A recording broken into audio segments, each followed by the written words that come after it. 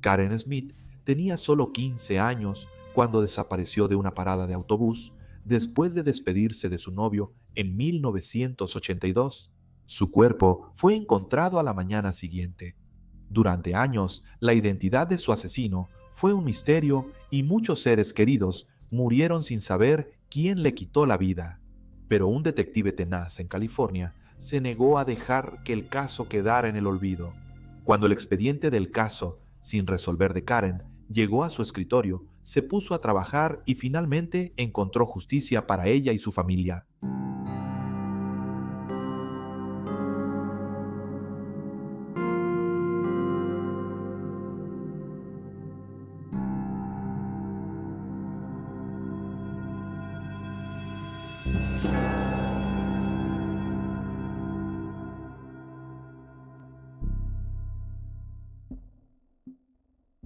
En 1982, Karen Smith, de 15 años, se mudó de Pittsburgh, Pensilvania, a California para vivir con su padre y hermano.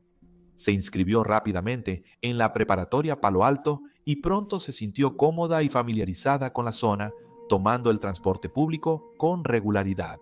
La noche del 2 de septiembre, se reunió con su novio en una tienda 7-Eleven local.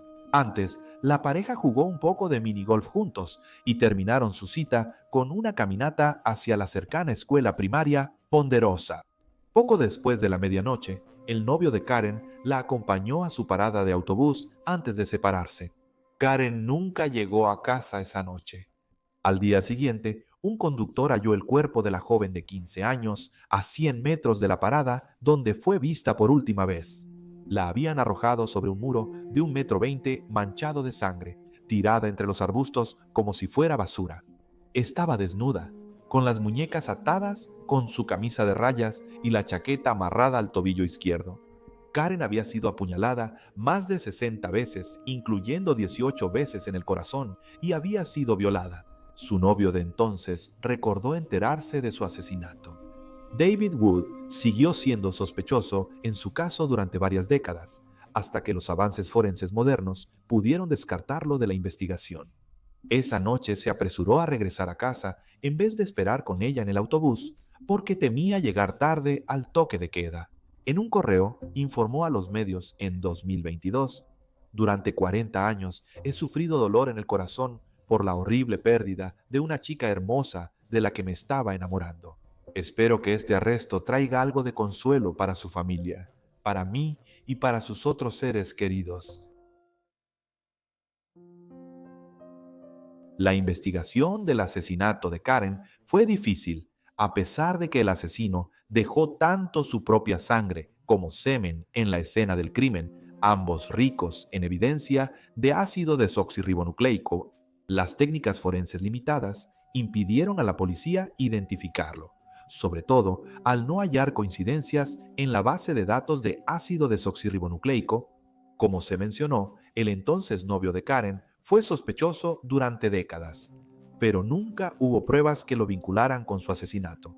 La otra pista principal en el caso era una camioneta panel blanca, de estilo antiguo, que había estado estacionada cerca de la escena del crimen, pero nunca se identificó y hasta hoy se desconoce si está relacionada con el asesinato de Karen. Más de 20 detectives investigaron el caso durante décadas, pero en casi 40 años hubo poco avance. El padre y la hermana mayor de Karen fallecieron sin saber nunca la verdad de lo que le sucedió a la joven de 15 años. No fue hasta 2022 que su tía recibió una llamada telefónica de Sunnyvale, California, del detective Matt Hutchinson, quien años antes se había encargado personalmente de seguir el caso, y se enteró de que el asesino no solo había sido identificado, sino que seguía vivo y sería arrestado y acusado de la violación y el asesinato de Karen. El propio Hutchinson viajó a la isla hawaiana de Maui para arrestar al responsable. Matthew Hutchinson ha recibido bastante atención de los medios en los últimos años, conocido por su incansable búsqueda de respuestas en casos considerados fríos, cerrados e irresolubles. Ha identificado al asesino de 18 años quien murió mientras trabajaba en su empleo de seguridad en 1979. el violador de una niña de 7 años atacada en 1996 y el asesino de la estudiante Susan de Leon en 1969 son solo algunos de sus casos exitosos. Hutchinson asumió su primer caso sin resolver en 2014 y comentó a los medios: "Me impactó que estas familias sigan esperando. La primera familia con la que hablé comentó que no habían sabido de nuestro departamento en un tiempo, y noté el dolor en su voz. No me pareció correcto. No debemos olvidar a estas víctimas. No le resulta fácil encontrar tiempo para casos sin resolver. Hutchinson, casado y con 2 hijos pequeños, debe equilibrar su vida familiar con su carga de trabajo, pero consigue dedicar algunas horas cada semana a revisar archivos de casos sin resolver en busca de pistas que otros investigadores pudieron pasar por alto. Él declaró: "Estos son el tipo de casos que te consumen. No puedes desconectarte ni siquiera cuando vas manejando de regreso a casa. A veces, viendo la tele con mi esposa, se me ocurre algo y lo anoto". Él agregó: "Siento que absorbo estos casos y me importan tanto que están constantemente en mi cabeza. Trato de tomar eso y convertirlo en motivación. He puesto fotos de las víctimas en mi escritorio". Él comenzó a investigar el caso de Karen en 2019, diciendo a Inside Edition: "Pasé muchos años trabajando en ese caso. El nivel de violencia que sufrió y los años que su familia ha esperado respuestas me parte el corazón". Agregó que todos los días, de camino al trabajo, pasaba por el área donde encontraron su cuerpo. La primera acción de Hutchinson fue que el ácido desoxirribonucleico recolectado en la escena fuera reexaminado forensemente usando nueva tecnología, y envió la muestra a un laboratorio de pruebas genealógicas. Sin embargo, para su decepción, los resultados del laboratorio no fueron particularmente positivos.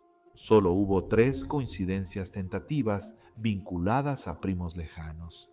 El laboratorio que hizo las pruebas le dijo a Hutchinson que con este método era poco probable que el caso de Karen se resolviera.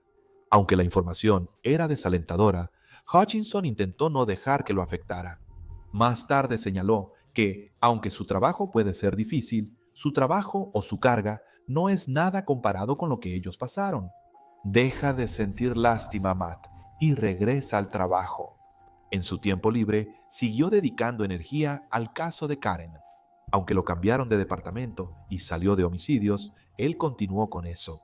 Le contó al Mercury News que solía mirar la foto del adolescente cuando le costaba concentrarse o se sentía desanimado. Veía su foto y me recordaba que ella sigue esperando. Su familia sigue esperando. ¿Qué haces en el trabajo hoy si no intentas resolverlo? Finalmente, decidió contactar a los primos lejanos que halló en el laboratorio de genealogía, pero 2 no aportaron información útil. Sin embargo, el tercero pudo ayudar a Hutchinson a empezar a armar un árbol genealógico. Fue entonces cuando se enteró de 4 hermanos que alguna vez vivieron en Fresno, California. Descartó a 2 de los hermanos mediante ácido desoxirribonucleico. Sobre los otros 2, pasó meses reuniendo información a través de su huella digital. Desde entonces, se concentró en su sospechoso, Gary Jean Ramírez, de 75 años, residente de la isla de Maui. Cuando Hutchinson llegó a su puerta para arrestarlo, Ramírez supuestamente dijo: "Oh, Dios mío". Ramírez creció con 3 hermanos en lo que Rudy llamó una familia disfuncional de clase media en Fresno. Su padre era operador de maquinaria pesada para el condado, y Gary, según Rudy, era el hijo favorito. Él no era como un niño violento o un delincuente juvenil disfuncional. A los 18 años, Rudy se mudó a Maui. Ramírez, 4 años menor, se unió a la Fuerza Aérea cuando tuvo edad suficiente. Los 2 hermanos perdieron el contacto durante la década de los 80 y Ramírez se quedó en Fresno, donde vivía con su madre. Tenía poco más de 30 años cuando asesinaron a Karen, y a finales de los años 80, Rudy lo convenció de irse a vivir a Maui con él. Ha estado ahí desde entonces. Durante su larga vida, Ramírez se casó 2 veces y tuvo 2 hijas. Pasó tiempo trabajando en empleos ocasionales, incluyendo exterminador de plagas y mesero. En su vejez, tras lesionarse la cadera, vivió de la discapacidad y se dedicó a pintar paisajes. Según la policía, nunca tuvo ningún tipo de antecedente criminal antes ni después del asesinato de Karen. Hasta donde ellos sabían, él era completamente limpio hasta que fue identificado como el asesino de Karen, lo que explicaba por qué nunca lo atraparon, usando la base de datos de ácido desoxirribonucleico tradicional, que solo contiene el ácido desoxirribonucleico de criminales detenidos. Rudy, su hermano, dijo a los reporteros que estaba sorprendido por el arresto y no podía creer que Ramírez fuera capaz de algo tan cruel. Les dijo: "Nunca lo he visto ser violento ni enojarse jamás. No le haría daño ni a una mosca". En febrero de 2025, Ramírez, de 77 años, acudió a la corte en San José, California. Los reporteros notaron que su voz era apenas audible al declararse no culpable de asesinato en primer grado. Los pocos familiares y amigos que le quedaban a Karen y que estaban presentes en ese momento se sintieron molestos y frustrados por la incapacidad de Ramírez de asumir su responsabilidad, ya que una declaración de no impugnación significa que el acusado no está admitiendo su culpabilidad. Los seres queridos esperaban que el anciano compartiera la historia de lo que le sucedió a Karen, para explicar por qué hizo lo que hizo y por qué una joven vulnerable fue el objetivo y se convirtió en víctima de su evidente furia, dijo la tía de Karen, Robin Steed Morris, quien fue la persona a la que Matt Hutchinson llamó e informó sobre el arresto de Ramírez en 2022 a los medios de comunicación. Para que mi familia tenga un cierre, el señor Ramírez debe admitir la verdad ante nosotros y ante sí mismo. Desearía que él hablara conmigo personalmente y me lo explicara. Más tarde, ella agregaría: la justicia es algo difícil. Él ha vivido toda su vida y mi sobrina no tuvo ese privilegio. Entre los asistentes a las audiencias de Ramírez estaban el exnovio de Karen de 1982, David Wood, y su esposa, quienes viajaban 3 horas a San José para seguir los procedimientos. Como la mejor amiga de Karen en la escuela, Tracy Lancaster, quien dijo: "Éramos niños. Nadie merece algo así y por eso estamos aquí", dijo David Wood a los reporteros. "He estado en cada audiencia solo para representarla, para hacerle saber que todavía tiene personas aquí que piensan en ella, que siguen sufriendo por lo que él hizo. Si ella puede sentir lo que pasa por nosotros, aquí estamos, somos sus ojos y oídos". El 12 de mayo de 2025, el caso de Karen finalmente llegó a su fin. Cuando Ramírez fue condenado a cadena perpetua, podrá solicitar libertad condicional después de los 90 años. Originalmente se declaró no impugnante, pero cambió su declaración al enfrentar cadena perpetua sin libertad condicional. Un portavoz del fiscal dijo a la prensa que la sentencia del acusado se debió a su disposición de declararse culpable tempranamente por un cargo que por su edad equivale prácticamente a cadena perpetua. Matthew Hutchinson continúa abordando casos que llevaban mucho tiempo sin resolverse y afirma que con cada victoria gana un nuevo impulso para seguir resolviendo.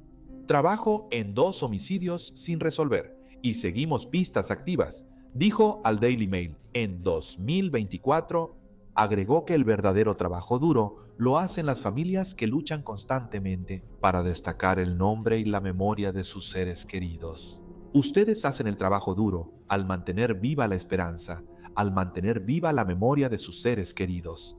Nunca se rindan y no sientan que están molestando al departamento. Podemos resolver estos casos y deberíamos hacerlo. Aquí están los hechos. Dejen sus comentarios abajo con sus opiniones y reacciones. Y recuerden darle like a este video y suscribirse para apoyar al canal. Gracias por ver. Manténganse alerta, manténganse seguros y nos vemos la próxima vez.